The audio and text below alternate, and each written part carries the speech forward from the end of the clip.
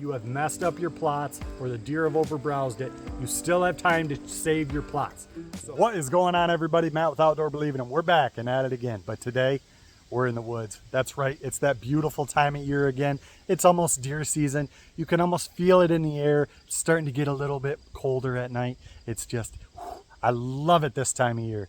But have you waited too long to get your food plots in? Or had the deer browsed it down to nothing?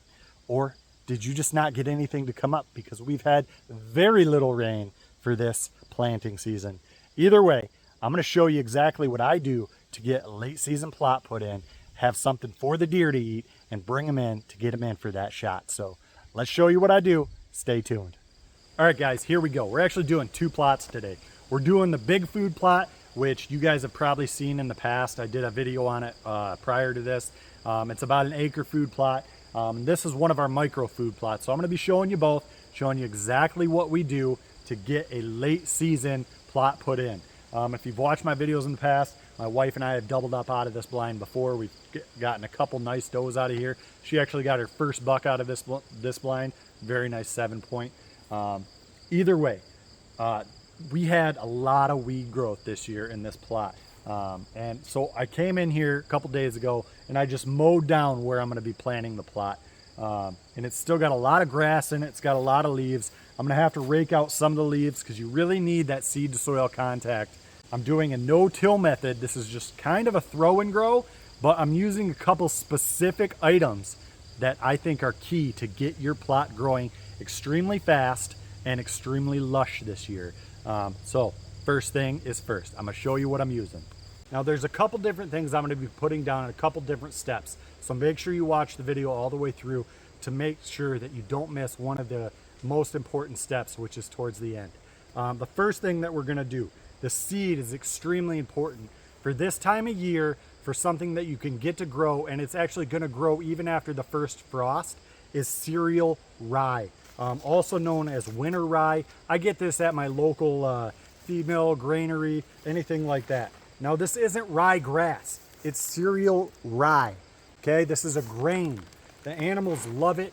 It grows and it keeps up with them grazing it down, and it just keeps growing. This will grow if I just dump a bunch on a cement pad. This will grow if it gets water. If you have messed up your plots or the deer have overbrowsed it, you still have time to save your plots. So get yourself some cereal rye.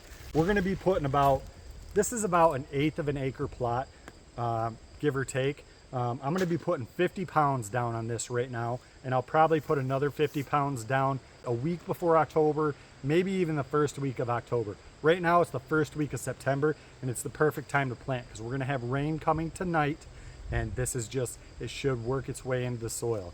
Now, a couple other things I'm going to be doing this year is I have this one's domain turnip, so some turnips we're going to throw in, and this is some tillage radish. Now we're going to split this on this plot and the other one. The radishes and the turnips, you know, you guys are probably thinking, why would you plant those now this time of year? I'm not growing the bulbs this time of year. That's not what I'm looking for. If I was going to do that, I'd plant it earlier in the summer. But what I'm going to do, I'm planting this so I can get the greens. I want the greens of the tillage radish, the greens of the turnips, to really get the deer going on this. So let's get this. This is an easy method. I'm just going to throw this in a satchel spreader, and we're going to get to work.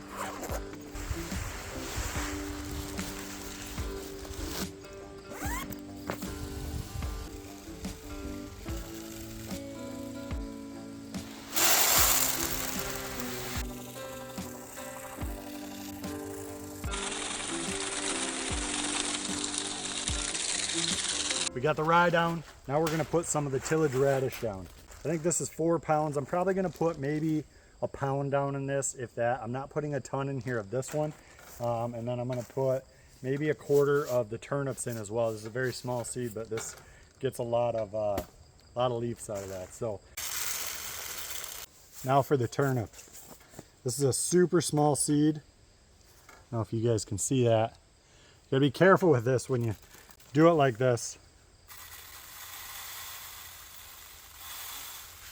You don't need much. You got to make sure that your spreader is set on the right setting, otherwise you'll throw it all in one spot.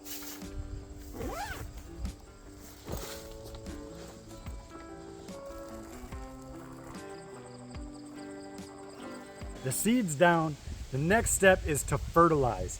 And what I use for fertilizer is triple 19.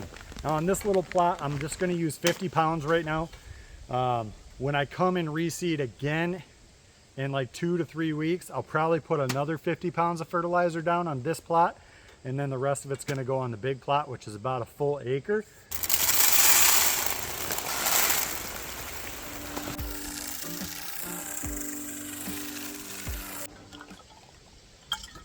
I want to show you a couple things that I've put in this plot to make it more appetizing to the deer.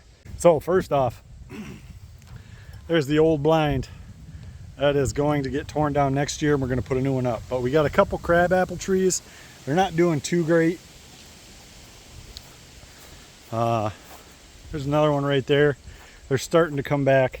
But the big draw here is I took a 55-gallon drum and I cut it in half and I buried it almost up to the top. And before you say anything, I did call DNR. I made sure that we could put a water trough in still here in Michigan, and they said we could, so it looks pretty good to me. Make sure you put a stick in it though. It's extremely important in case small animals get into it and can't get out. You don't want them dying in it and tainting the water. So put a stick in it so something can climb out. I buried mine. I like it lower to the ground. And it just, especially it's been super hot lately. My trail camera's got deer coming in, checking the water trough out, and taking drinks out of it because it's been so hot. And some days in October and early November, you know, especially during the rut, deer are coming in, they're looking for water sources. We don't have many around here, so it's super important. It's not done yet. There's still more. We're gonna get to the other food plot. We're gonna plant that one, then I'm gonna show you the next. We got 2 steps left on this one. So stay tuned for that. And the most important one is coming up. So that's gonna make this thing turn into a carpet of green deliciousness for the deer. All right, here we go. We are at the heart of the property. This is the big food plot. It's about an acre. It's like the shape of a dumbbell. It goes up over a hill right over there, goes over, and it's pretty much the same size on that side. So everything has to come onto the property to get here. There isn't many food sources around here. That's why it's here. It draws in deer every year, and it does a great job. A nice ladder stand right there in the middle of the 2 food plots. A couple scrapes that the deer use as community scrapes right under this tree. Like I said, it goes up right over there. This is a beautiful little area. Now what I did was last year, I planted this in straight cereal rye. And as you can tell, I let it go this year. And the deer, because it's a cereal rye is nice because it's the first thing to come up in the spring, and it keeps the deer here all year round. It's really good for them. But I'm using this as a cover crop, one, to keep my topsoil intact because these are a little bit bulls. I was having trouble with my topsoil washing down in the middle. This is keeping it very nicely up on the ridges itself. Plus it holds the seed there when I plant it. I'm going to crimp this off and then come back and I'm going to spray it with glyphosate. We're going to kill everything, make sure it's dead. Most of these grasses are dead now, but the weeds that are in this plot, like out there, you can see there's still some green in there. That's going to be something that you want to get rid of. And then we're going to go ahead and we're going to add one more thing to it. It's just going to make this turn into a beautiful, lush food plot. So let's get this one done. I'm not going to bore you with planting this one because it's pretty much the same thing as I did on the last one. We'll come back when we crimp it down and when we do the last step. So here we go.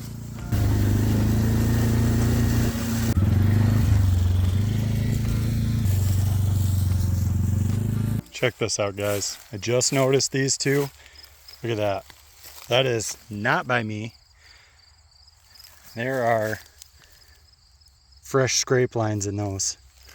There's another one.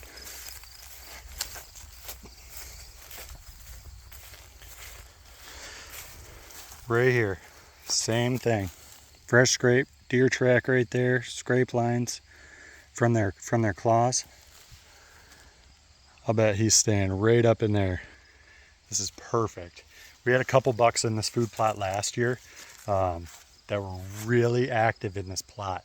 I couldn't get on them, but they made, gosh, I think in one weekend, I came back in here and there was about 10 different scrapes and rubs. It was absolutely insane. So I'm hoping these are the same bucks. I'm hoping it's that big boy that I got on camera. I got two nice ones that showed up, bunch of does. And we'll see, this food plot's just gonna pull a lot more deer in, so. All right, here we go, next step. All I got here is a standard lawn yard roller. I don't have an actual cultipacker.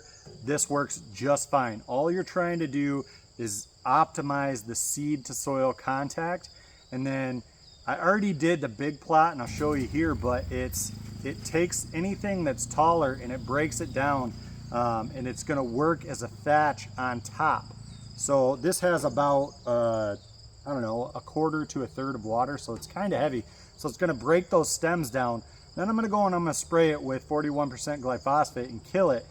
And it's just gonna work as a natural fertilizer, a thatch on top, and it's gonna keep the seed to soil contact heavy, keep that soil moist, and it's just gonna work perfect. So I did the big plot already. I'm gonna do this little plot and then we're gonna get to the next step.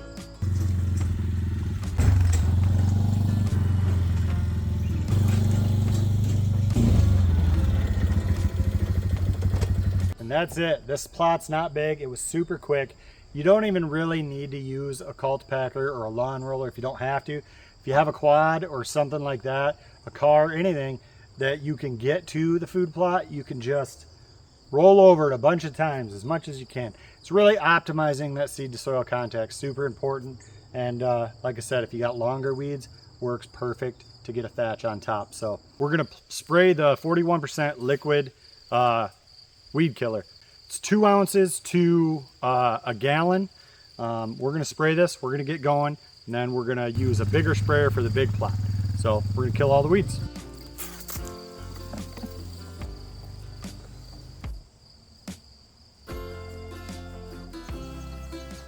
All right, there we go.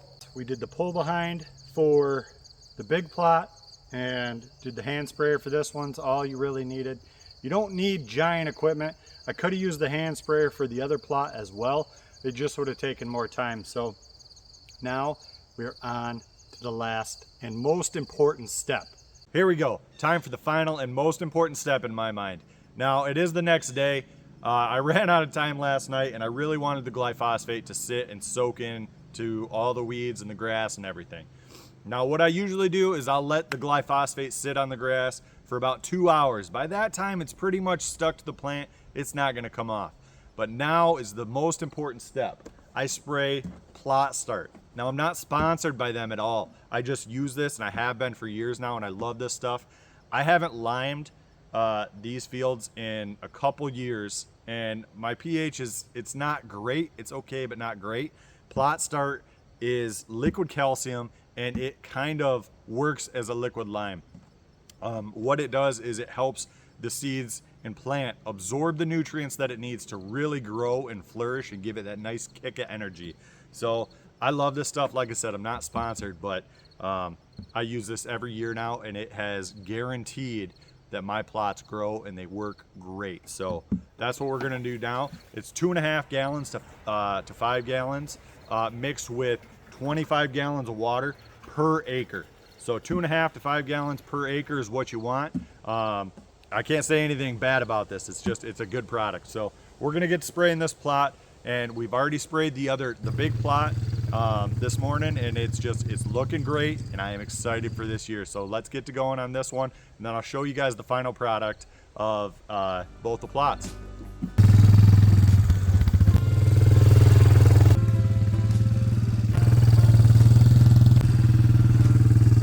All right, guys, and we are done. The kill plot and the big plot, they look fantastic.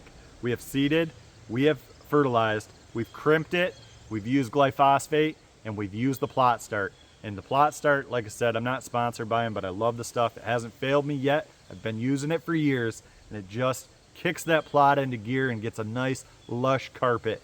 But anything that's green in here right now, because the glyphosate is gonna die within the next couple days, it's gonna become a thatch and a natural fertilizer, and it's just gonna help keep the moisture in the soil, and then that plot starts just gonna help everything grow, and this is gonna look beautiful. I cannot wait. It's a chill in the air this morning, and it's actually starting to sprinkle, so I can't wait to show you guys what this plot does and what it looks like in a couple weeks. It's gonna be fantastic.